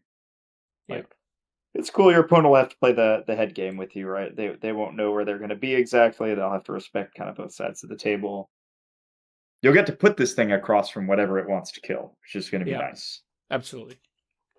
That's true. You'll definitely, if, like, say you have 2 units of marked models, you can definitely pick which side this comes out or it'll be most effective. Yeah. And all right. Maybe people screw up and you'll like they won't allocate the resources properly. One of these will pop out in a really awkward spot for your opponent, but I'm not holding my breath for that. Yep. So let's talk about the Animist, which is the solo that sort of is he's your support solo for the army. He's also the thing that brings stuff in. And like absolutely one of my favorite sculpts. Oh, yeah, he is like he's probably my favorite sculpt in the army. My favorite sculpt in the army, probably. I remember when these guys are previewed, you're like, who is that guy? Like, I want to know what that model is. That model is so cool. Absolutely. Absolutely. So it's the Animist is a 2-cost field allowance 2, so you can field 2 of them. I think if you're playing with a bunch of marked models, you're pretty much always going to have 2. I think there's some argument, especially if you're not playing with a bunch of shifters, maybe just taking 1 and being able to get the 1 out that you want when you need it it would be worth it. I definitely think I'll always probably have at least 1 in my armies. So he's a speed 6, mat 6, defense 13, armor 14. He has 5 damage boxes, 30 millimeter base model that has Pathfinder. He's got 4 magic abilities, which is sort of his. They're all actions. So one is Craft Talisman, which is I think a pretty good ability to have to help a caster that maybe has a bunch of spells that only are range 6, or I mean it could have helped me with Galina to make Curse of Shadows be range 10. Mm-hmm. Should definitely help out. So target friendly leader model. If the leader model's in range, when it casts a spell, it gets +2 range. Can't be used. I love this in Red Blind Bloods. I love it just for simple stuff like casting animi. Yeah. And so I think it's always happy to have that. I think it's a great spell. So second one is Blood Ritual. So target. This is the one that I think is going to be the most interesting on how you use it. So target friendly living faction model. So it doesn't have to be a marked model. Any living faction model. If the model is in range, remove it from play. Another remove ability, so no corpse token, unfortunately. If target model was removed from play, then choose 1 friendly faction warrior model within 5 of this model. That model either gains Divine Inspiration for 1 turn, or gains D3 corpse tokens. So either you give it Divine Inspiration, which is Signs of Importance on melee attacks. Now the Chosen already have that, right? So the Chosen already have it, so they won't get it. But like the Apex Lupine, the Apex Apex Ursine, and what's her name? Vilcool, right? She loves some signs give it to Vilcool, right? Like give it to the leader we just talked about from the box, Arnov. I mean it's friendly faction warrior model within 5. So you could give it to him. You could give it to Yana. You could give it to a lot of things. Oh man, Yana, Yana is really good. Yeah. The corpse part of this is like more narrow. Right now I think the only model that can get them is Veroni. Am I wrong? You're correct. Yes. Yeah. Only one is Veroni. I believe the I don't want to say I don't know for sure, so I probably shouldn't be making suggestions, but there should be at least one more model or so that can probably get corpses from it. Yeah, I'd be surprised if there wasn't at least one more. It's good on Veroni because Veroni can get corpses, and then you can special delivery them from Veroni onto one of your primevals, and so this is a good way to like stack corpses. Yep. I can see a common first turn play being to do this, drop some corpses on Veroni, power up a primeval a little bit more. Absolutely. But it is like sufficiently complicated that you're probably not doing this like every turn to probably drop corpses on your primeval, like because there's other things you're going to want to be doing.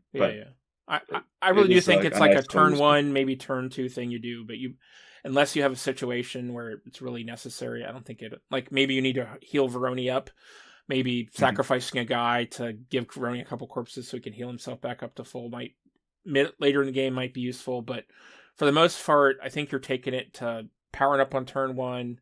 Its next ability is Invoke the Beast. I think you're taking him to Invoke the Beast. Yep, absolutely. Forcing sacrificing a marked model to put a shapeshifter into play. And then the last one is Rites of Spring. So remove D3 damage. Well, we should talk more about Invoke the Beast. Sure. Just real. Because this, I think, is the most important thing on this guy. I mean, we sort of already did, but so it's range 8, target friendly model. If the model's in range, replace it with a shapeshifter model that has not been put into play. Replace models removed from play. So, I mean, this is a way to get your Apex looping out on turn 1 or turn 2. It's cool that you can sort of put the unit where you want the beast to come out, and then maybe on turn 2, pop the beast out right there, and then have it activate and do its thing before the marked unit activates. Mm-hmm. Yep. What's your thought about Invoke the Beast? Oh, I mean, if you're playing a couple shapeshifters, like this is like your bread and butter way of getting them out there. Absolutely. I'd be relying on this way more than like YOLO hoping they pop out in a good spot, right? And your opponent can't kill them on their turn. Absolutely. Because that's what you really don't want to have happen, is like your opponent kills your marked model when, you have the choice of like not putting it on the table or putting it on the table, and then they can like set it up so they can kill it. So I think this is very important. I agree. So the last ability is Rites of Spring. Remove D3 damage points from each friendly living faction model within 6 of this model. That's a really amazing ability. Yeah, it's awesome. So your healing goes well with Revive if you get multi-wound models. Yep. And there's a ton of multi-wound models. Yeah. Heals your beasts if they get injured, so your Warcaster doesn't have to do it. Yeah. Right. Very, very welcome to have, and nice that it's everything within 3. You don't even have to choose, right? Yep. Everything within 6 removes D3. Or 6? Yeah. Oh, okay. Yeah, it really good. It really is a great support ability for a living faction. And then he has Prowl. Just keep him alive. Yeah. He also has, I don't think he's going to get in melee that often. He's a Mat 6, he has range 2, POW 11, magical attack. But it has an interesting ability. It's called Bone Keeper. Models destroyed by this weapon are removed from play. When this weapon destroys a living or undead model, you can choose a friendly model to gain corpse token, to gain the model's corpse token. Choose a friendly model that can gain corpse tokens to gain the destroyed model's corpse token, regardless of proximity of other models. It also doesn't have an area. So anywhere on the table, you can give corpse tokens to one of your models that can have corpses. Yeah, and that's pretty cool. You ignore the proximity of other models. So it'll come up and it'll be hilarious when it does. Exactly. It's like bone teleportation, Right. I need that last corpse to make my primeval to 5 corpses so that he can get the +2 damage so he has a shot at killing your colossal. Well, this and Veroni's dead. This guy's gonna go charge that marauder infantry guy, kill him, and pass the corpse to him so that I can go have a shot at killing your colossal. I mean, there's situations for it. It's not going to happen very often, but it's a cool ability to have. I love the visual of this in my mind as he runs up and he takes his staff and he swings it and he hits the guy's head off so hard that the skull flies across into the primeval's hand, and he puts it in the corpse pouch, and then he's like, okay, I'm ready. Yeah, I could see that. Sticks it on his belt on that magnetic spot. Yeah, on that ridiculous magnetic spot. Yeah. Oh man, just passing it. Yeah. 30 inches. So he can be where he needs to be. Yeah, I think it's a pretty cool model. I definitely would be playing. Definitely want 2 of them right away, I think. Mm-hmm. All right. I think it is one of those models where I think once you play your list a few times, you'll figure out if you need it or not. Right. I think one whether or not it needs to be something that does work. Yeah, I think one of them is just a good thing to have, especially if you have at least 1 unit marked models in your army. Whether or not you need 2 is probably more driven on what your list is based, what you're trying to do.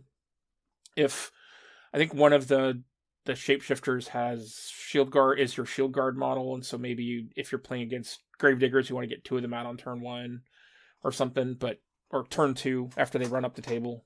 I don't know. Mm-hmm. All right, so let's talk about the Shearlings, which is sort of the other support unit, and this really is probably the weirdest unit in the entire game of Warmachine I have ever seen. Man, so I read the card. Yeah. I was like, is this what I think it's going to be? And then I saw the sculpt, and I was like, oh, it Yep. is what It I is think it's going to be. 100% what you think it's going to be. So this unit Yeah. is a shepherd. He's called the Dark Shepherd, and he has 2 goats. It's so good. It's so good. Yeah. I love it. Yeah. So the Dark Shepherd is a marked model, so you can sack him to shapeshift. The goats are not. Which is why the marked rule is on his abilities section. Yeah, I figured it out. I actually couldn't figure out where Mark was on any of their cards until I read him, and I was like, well, he's the only marked model. This army is going to have a hard time with its core mechanic. Yeah. And then it's in the keyword on the wardens. All right, so he the shepherd, the Dark Shepherd, has stealth. He is Pathfinder. He's speed 6, ATT 7, mat 6, defense 14, arm 13. He has 5 damage boxes. He has probably the funniest rule name ability since Hungerford left Privateer Press. He has the rule live deliciously. Oh man, I remember, and we were all like, "What is it? What the heck is that rule?" Yeah, what is lived deliciously going to do? I want to know. Yeah, so friendly faction shapeshifter models within 5 of this model gain Bloodthirst. When a model with Bloodthirst charges a living or undead model, it gets +2 movement. Such a good ability. Oh yeah, crazy good, right? Yeah, such a good ability. So amazing with the Apex Lupine. So amazing with so many. I'm sure that all the shapeshifters are going to want to be in melee, and just giving them all +2 speed is crazy. And I think he's definitely like your last choice of something to shapeshift. You probably want to keep him on the table as long as you can. That, and he's a stealthed single wound model, 30 millimeter based model, so he can hold objectives and contest things really well. Yeah, the live deliciously is going to be. So the +2 speed lets you charge as far as you walk and jump. Right. So it's nice. It lets you get like a charge attack on that full threat range rather than like having to jump it, or for the bears, for example, it's probably just going to be straight threat range extension for them. Right. So really good. Exactly. So he has 3 magic abilities. He has guidance, which is just a great provides eyeless sight and damage magical to target friendly model. So put it on the primeval to let it see through clouds. Well, I guess if it has the bird head, it already sees through clouds, so it has true sight. So not sure exactly. It's just really nice to have. Yeah. Well, I mean, your casters, right? Yeah. If they have offensive spells or things to do.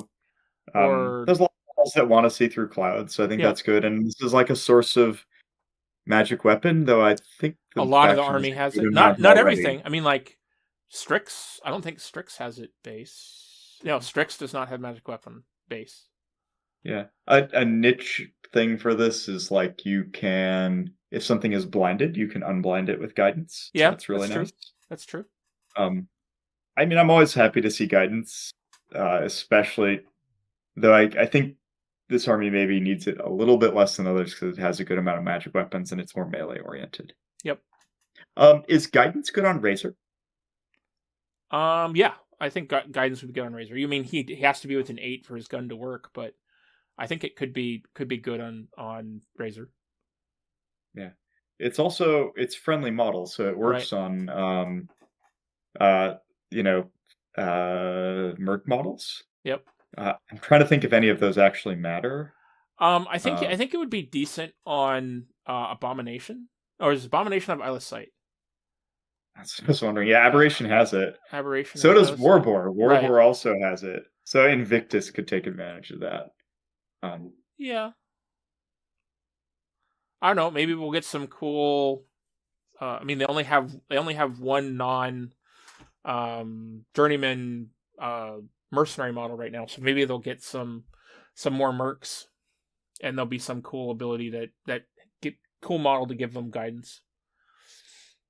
Triggers off that. Yeah. So his second magic ability is Hexbolt, another good. It's only range 6, POW 13, but it's models cannot make special. You're happy to have it. special action, special attacks, or power attacks. So it's when it hits, when it's useful. It's great to have. It's not something he'll probably cast a lot. Mm-hmm. And then finally, he has Shepherd's Call, which is the remove 1 Fury point from each friendly living faction war beast currently within 3 of this model. So this is it's cool that he has some Fury management. The unit's only FA2, so we're only going to have 2 of him to do this at max. It's a FA2 point cost 5 unit, so definitely can see in some lists wanting to have 2 of him. But he has to either be way up there, or he has to be like right next to a ranged beast or something to really want to use Shepherd's Call, I think. Yeah, I think almost all of the Fury management has that feeling, like really just something like charge in really far and then get all its Fury wiped off of it. So it's good for like wiping, helping clean up like Fury that you spend casting Enmai and stuff. Yeah, I can see that. I thought this was extremely powerful because I thought all 3 models in this unit had it. Yeah, it's only one. It's just him. So, you're paying 5 points to get this once. I think you'll probably do it, and like you'll be grateful for it. But I don't think you're over the moon about your ability to handle Fury in this faction with this guy. Yeah, I don't think so. Like, it's unfortunate, but at the same time, the Rams have a cool ability. The Rams do, yeah. Absolutely. All right, so he's got 1 2-inch reach magic melee attack that has inflict pain, so he can pull Fury from or put Fury on enemy war beasts, which is, it's not nothing, but it's not great necessarily either. So talking about the grunts, the goats. Yeah. So they also have stealth. They're on 40mm bases. They have Pathfinder. They're speed 6, mat 6, defense 12, arm 15. They have 5 damage boxes. Mm-hmm. They're repo 3, and they have a special rule called Scapegoat. Gosh, Scapegoat is this is the unit that Hungerford named, isn't it? Right. Like, I mean, if Hungerford was around, yeah. So so when another friendly faction model within 3 of this model is directly hit by an attack, you can choose to remove this model from play to have the model suffer no damage from the attack. That's a pretty crazy good ability. Yeah, so it's like Mega Shield Guard, right? Because it gets sprays, and it gets melee attacks, and it gets magic attacks. Yep. Like, you're worried about your brain caster getting brain damaged? Well, you got a Scapegoat for that. Like, yep. Yeah. It's like vision. Yeah. In some sense that comes on these grunts. Yep. Yeah, I mean, you're going to want to, like, part of the puzzle of unlocking Old Umbrey is going to be, like, as a player getting these in the right spots, and then as an opponent, like, trying to kill them before they, like, scapegoat your charge attack, right? Like, do you think this scapegoat thing is so good that it's worth having 2 of these guys just to get 4 scapegoats, 2 Fury management bots? It's 10 points. I think it could be. I think it could be too. And so another thing I was just thinking about is, like, if you didn't want to take a unit of Wardens, you could just take 2 units of these and 2 shapeshifters and shift 2 shapeshifters on turn 1 or turn 2, and just sack the Dark Shepherd and just turn it into an Apex Lupine, Apex Ursine once we see that with the next box. And then just have 4 scapegoats running around. Yeah. The repo is really good for them because it lets you spread your scapegoats around. They're not tied to where the Dark Shepherd is. Right. And you can keep doing that thing where you sacrifice your movement and repo with the grunts 3 inches every turn to continue kind of spreading this thing out really wide. Yeah. I think that Yana's going to want to have a couple of these hanging around her. I think that the Arnov will probably want to have at least 1 or 2 of them hanging around him. I think your whole army wants these things, I think right? I mean everybody wants these things. I think they're great. I think they're going to cause headaches and force your opponent to figure out how to kill them, and with them having stealth, it's going to make them spend guidances or spend resources that they wouldn't normally have to try and kill these guys to prevent them from screwing up their plans. Yeah, it's going to be good. Yeah, and then on top of all of that, it actually has a decent melee attack. It has an auto knockdown melee attack. So it's really? Mat 6, it's a ram horn. That range makes 1, sense. POW 12. When an enemy model is hit by this weapon during this model's combat action, it becomes knocked down and is pushed 1 inch directly away. And then this model can follow up if it wants to. Yeah, I mean, getting some extra knockdowns is really nice. I think this unit is just it's one of the weirdest units ever, but it's also a great unit. It has a lot of variance on what it can do, and a lot of situational variance. And like I said, the Dark Shepherd is a marked model, so you could just take them, sack the Dark model on turn 1 or turn 2 for a Apex Lupine, and have it go run rampant and kill things, and then just have these 2 things hang out with the important models in your army and protect them. I mean, I don't think the Shepherd's that bad either, though. No, he's not. He's your fury management, so maybe you keep him around a little bit and then you sack him, right? I do like that his life ends in being sacrificed into a lupine, though. Right, exactly. That's for sure. Yeah, really cool unit, really good flavor. Love the sculpts. I don't know. I think they hit it out of the park on this one. So I mean, I'm really curious if people just routinely double up on these. I really do think I'm going to get 2 units right away. I definitely want one. I'll definitely get the core box, and I haven't decided if I'm going to buy 2 core boxes or if I'm going to buy 1 core box and then buy another unit. I see. Yeah, I don't know if I want 4 of the Lupine Shifted and 2 Apex Lupine or not. Maybe. I want to see what the Lupine Shifted do. At 2 points, they're probably not like crazy amazing, but maybe they're cool. To see what they do too. Yeah, I don't know. Yeah. All right. What? Well, we shouldn't speculate on what they should have to be good. We'll just wait till we see their roles. Yeah, we'll see them soon.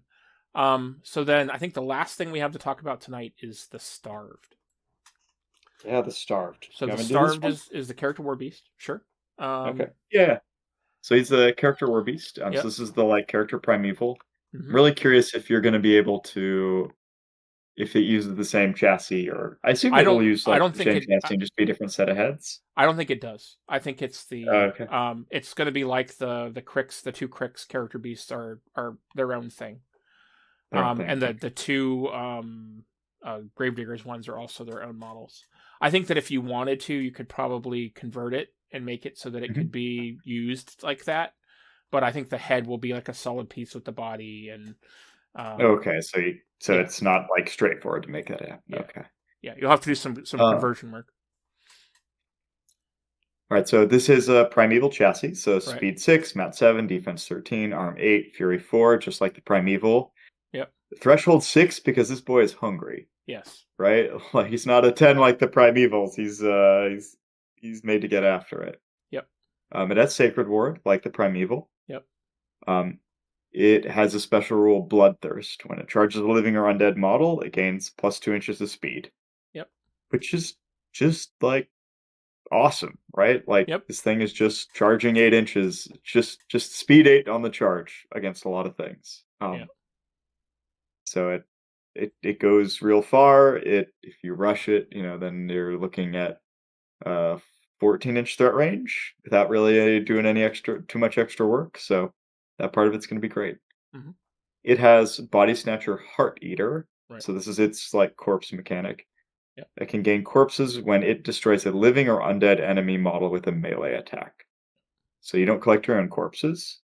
And here's the 3 things you can do with them. You can have 3. You can have 3 corpse tokens. Yeah. Death Feast heals you for D3 damage. Yep. So I think that's fine. Hunger Pain is during its activation, the model can spend a corpse to gain gnawing pain for 1 round. While within 8 inches of a model, enemy models suffer -2 to their melee attack damage rolls. Yep. This is the Agonizer ability, Yep. right? It's So the thing to have in Mark IV armies. There's a lot of things that get corpses that have this ability. Yeah, well, then there's a lot of stuff that. So, is this the one that the Orgoth, the Orgoth 80 mil has this? Yeah. Yeah, I'm blanking on the name too. Yeah. Mortal Fear is a slightly different version of this. Yep.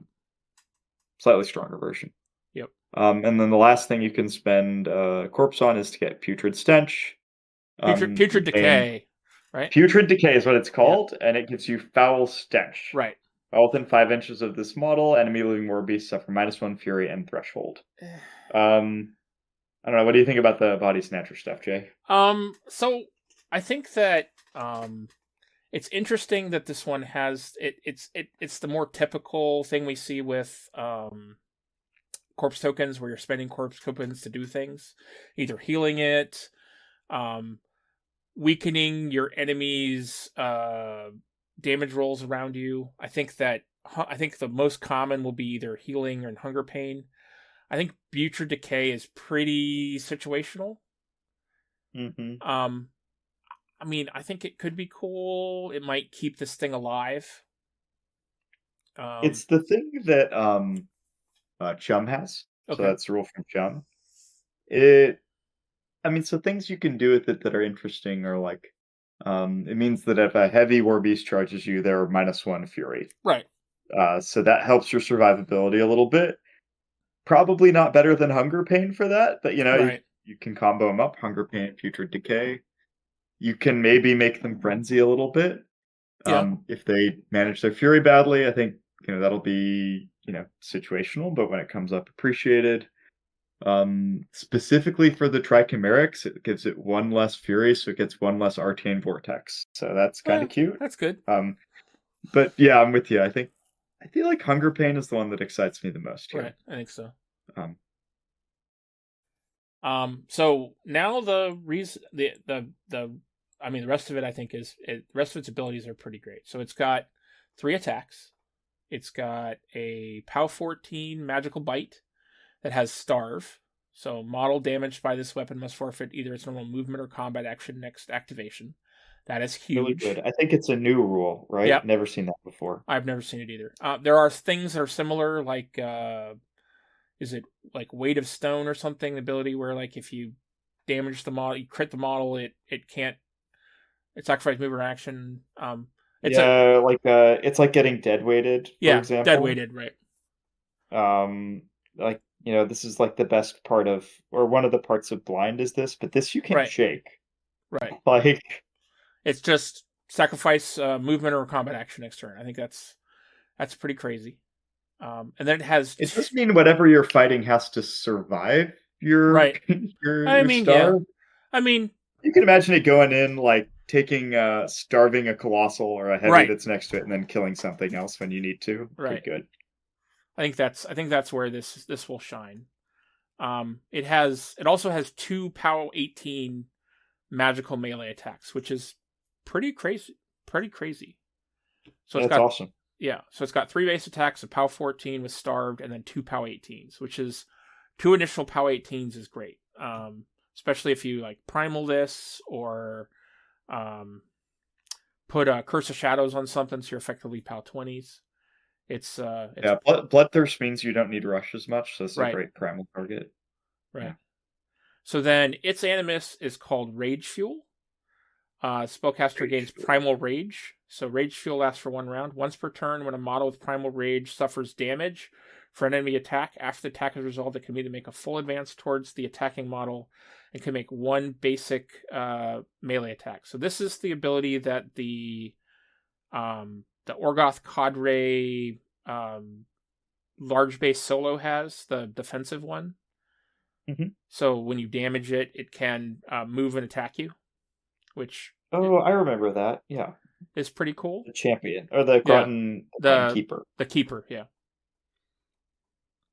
I think I mean, it has some hilarious interactions with Starve. right. You don't want to accidentally hit this thing, Right. watch it wander forward, and starve something in the middle of your turn. Yeah. Yeah, you'd be real sad if that happens. I think it's cool because you can, like, this might be a good thing for if Armov ends up in a bad space, like having him cast this so that he can move and attack something that damages him, or Yana unfortunately can't really use it because of her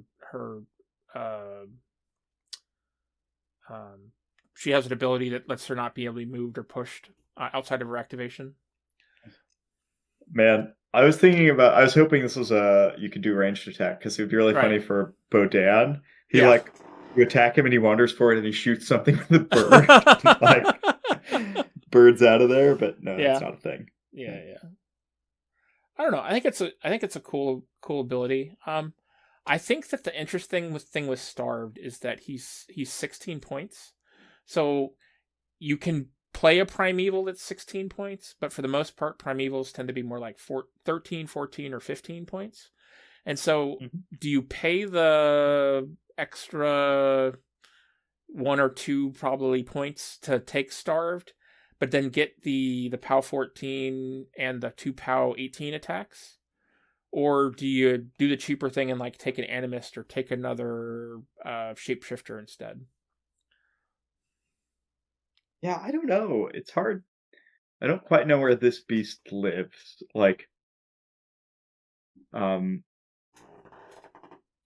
can be tanky, unlike a lot of the other. I think. Well, no, you can just put a shield on a Primeval, right? If you just want +2. I mean, maybe there is a list that plays tanky shield Primevals, and then this thing is behind them, putting up Gnawing Pain, and it's just a beast to get through. Yeah, I think that I might like to try this with Galina, because with her ability to let it charge for free at +2 speed, and stealth her battle group and give this stealth with Gnawing Pain could be interesting. And I don't know. I don't know exactly where I would necessarily play with it. It definitely is it's definitely a cool looking model. It has. Oh, what is it holding? Can we talk about that? I don't know. What? Hang on. Like, I was hoping you understood. It has like a tree? Yeah, it's like looks like a vine whip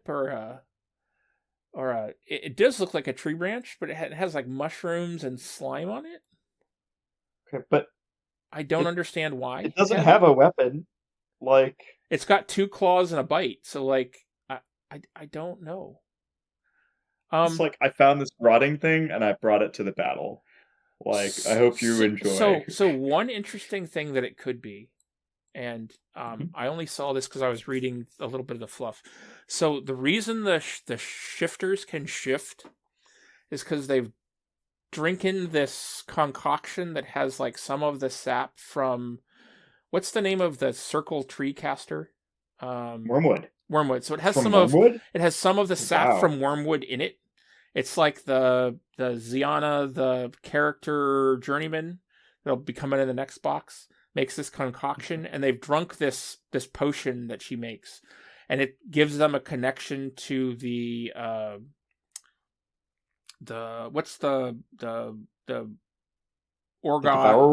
the Devourworm. So it gives them a connection to the Devourworm, which is what lets them shift. That is so cool. I really need to read those stories. Maybe it's in the model fluff that's on the release from today. So when you go to the release and they show like the different units and things, it's mixed into there. So maybe this is Wormwood. That would be sick, man. Okay, if it's Wormwood, it's way cool. Yeah, because like it's leaking, that toxin. Around. It's leaking that toxin. Like, it is all those from a couple of spots. Like they're like favorite warcasters. Starved is running around carrying Wormwood around. I remember when Wormwood was just abusive. I hope it's Starved carrying him around. That's incredible.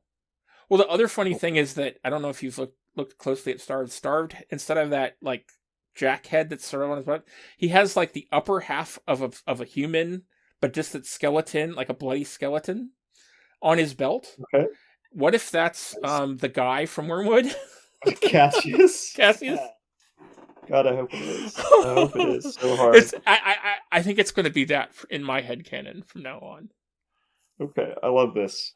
Also, man, I did not know that these guys all have like cod pieces until I saw your models. Yeah. Yeah. Oh, that's so funny. Yeah. Yeah, okay, that's Cassius's skeleton, and he's like running around with wormwood in his hands. with wormwood in his hands. Perfect. But yeah, we got through them all, man. Yeah, it's pretty good. I think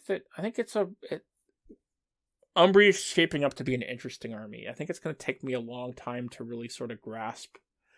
I think I got a good feeling right away of sort of like how the Beast and Caster interactive models work, but now I'm struggling with like Fury management and then how to mix in the little bit of marked and shifter stuff we have, and like how important it is to include that stuff. I definitely think this stuff isn't obvious. I agree. Yeah. I think it has a lot of potential, but what to do is not obvious. Right. I think it'll become more clear as people play it and people start seeing it competitively, and people stream some games and things, and some of the better players get their hands on it. But for me, it's really, I really don't know. Yeah, I have no idea. I have no idea where I would start building a list with marked models in it. Like, so I just put them out there and see what happens. But it's not. So taking everything that's in this core box. So the core box, the release thing today said that it was 38 points, and so we know that the starved is 16. So that means that all the shifters and the units and stuff and the solos that are in this army is 22 points. If we don't take the attachment on the wardens, that's 20 points. So basically, you clear like 20 points of your army, of the couple armies I've been playing, and stick this stuff in and sort of see how it works is probably what I'll start doing to begin with. Makes sense. But I really think that sooner than later, I need to get another unit of wardens, another shearling, probably another animist, and maybe a couple more. I think I want to wait and maybe get some of the. I probably want full FA of the bear shifters. Maybe. How could you not? They're going to be so cool, right? Yeah. Yeah, and I'm definitely more of the Urson, the bear, being a Khador player than more a Khador player than a Circle player. I definitely played Circle in the past, so the Lupin stuff I think is going to really appeal to the Circle player. But me being the Khador Grimkin player, I think the bears are going to be a lot more interesting for me. Oh, that's a great point. But yeah, so is there anything else you want to mention about Old Umbrey or the models we talked about tonight? No, I think I agree. I think the power is less obvious in this half of the box. I think so. But there's a lot of interesting utility, and like you said, you just can't play 100 points of beasts, and so it's going to be figuring out how to make this stuff work. It's going to be cool. Right. I wish these guys would have loved the old Steamroller. Yeah. When solos were scoring stuff. Well, I do wonder if they're going to go back to that, because I'm hoping they do. I know a lot of people don't necessarily think it's needed. But having solos be more meaningful than what they are now, I think would be really useful to the format. It has a huge impact on the game. It does. Like the models that see play and the things that people can bring. I think this faction would really like that if solos were more of a thing. I agree. So yeah, I hope they bring that back too. All right. What do you think the Colossal is going to be like for this faction? Man. And then let's stop. Yeah. So, recently, Ice King Taylor had Russ, their sculptor, SFG sculptor, on his cast for an interview, and they talked about it a little bit. They didn't give you any rules, but it's supposedly a cross between a feral and a primeval. Wow. Okay. Yeah. So think about that.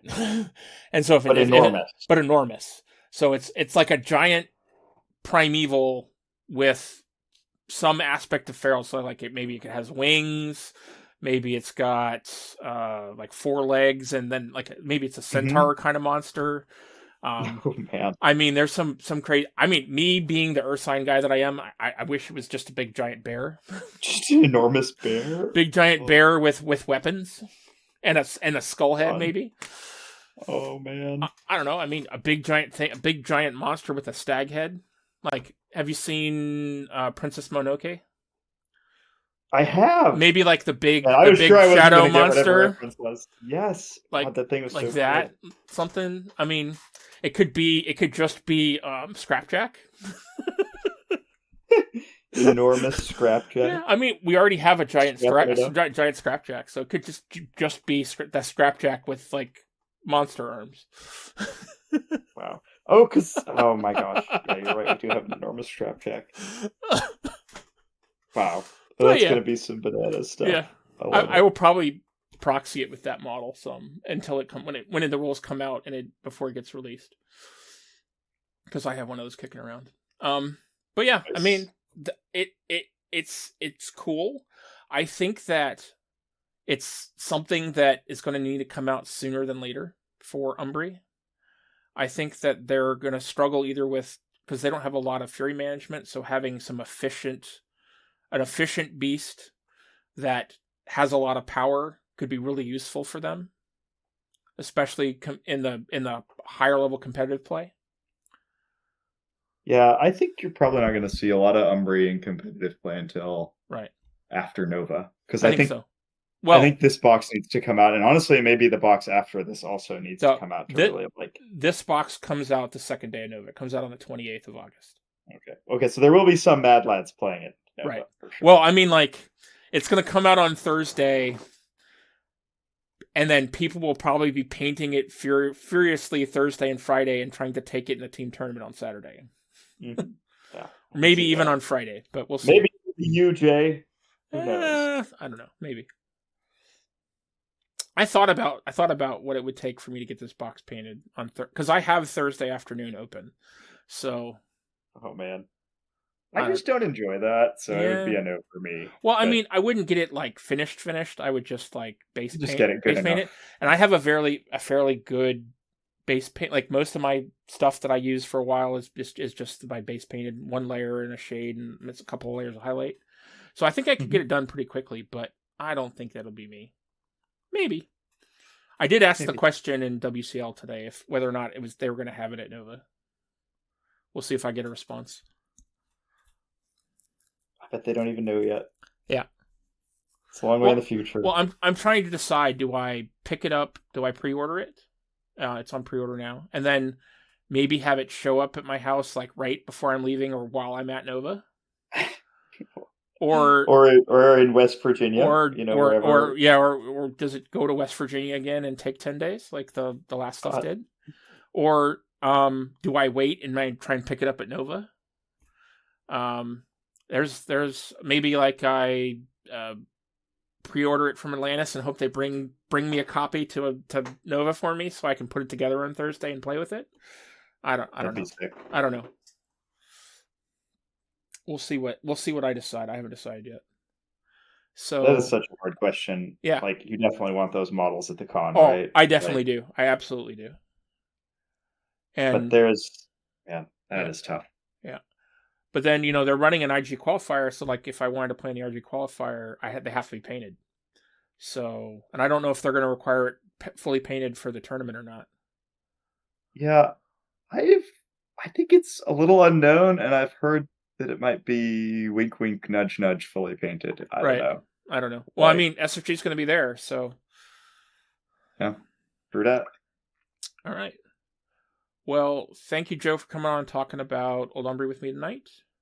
Thanks, Jay. I've been really enjoying these ones. I don't know. It's such a cool army. Yeah. And I'm like interested in them too. I don't know. I haven't picked anything up yet. I think you'll they're on my radar. I think you'll end up with them. I think the stuff the stuff in the next box probably, and then the 80 mil solo, if it's anything like I think it is, I think you'll cross the divide. Y'all cross the Rubicon. Yeah. And it'll be something you want to pick up and start working on. And God, I would love to see you paint some of it. Yeah, I want to paint an army that's more strongly themed. Yeah. My army has some theme, but it's also just kind of clown fiesta of like everyone is just as bright as possible, and like I want to paint an army so they don't really look like an army in the way that an army can. Yep. So this army would be one you could paint like an army, Absolutely. And I definitely think that this is going to be my fall. I'm definitely going to try and get the stuff I have now at least somewhat nice so that I can have something nicely painted at Nova.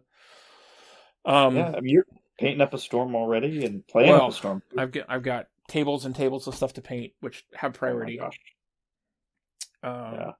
And it's 6 weeks away. I think they said like 47 days or something like that on Tried and True the other day, away from Nova. Yeah, so, I feel like painting for Nova is my job right now. Right. So, which is good. It's good to have like periods of like high work, right? But I'll also be glad when it's done. So. I am, and I finally have the majority of all the terrain. I think there's just 1 or 2 pieces I'm missing. So very good. I thought I had it all until I was like these stupid villages, not as big as I thought. You know. Yep. All right. Well, we've been talking for close to 2 hours, so I think we're gonna actually more than 2 hours. So I think we're gonna call it there. Thank you very much for tuning in tonight. For tuning in for everyone that is listening to the cast. Thank you very much for engaging with us like you did so much the last episode. Well, we asked for people to talk to us, and we got lots of good responses and discussion. We're currently working. One of the commenters was interested in Legacy Trollbloods and how they play into Mark IV. We're currently working on getting someone on the cast to come and help talk about that topic. So stay tuned. Maybe once Alec's back, we can get somebody on in the near future. Alec, we miss you, bud. I hope you're doing well in the forest. Yeah. So please if check the comments below. We'll have a link to our link tree, which gives you links to all of us. We'll have pictures of both Joe's army and some of the terrain, and maybe some of my Umbrey up on Instagram soon. And so thank you very much for tuning in. Joe, thanks for joining me again, and goodbye. I'm Joe, and this is it. Later. Talk to you guys later. Bye.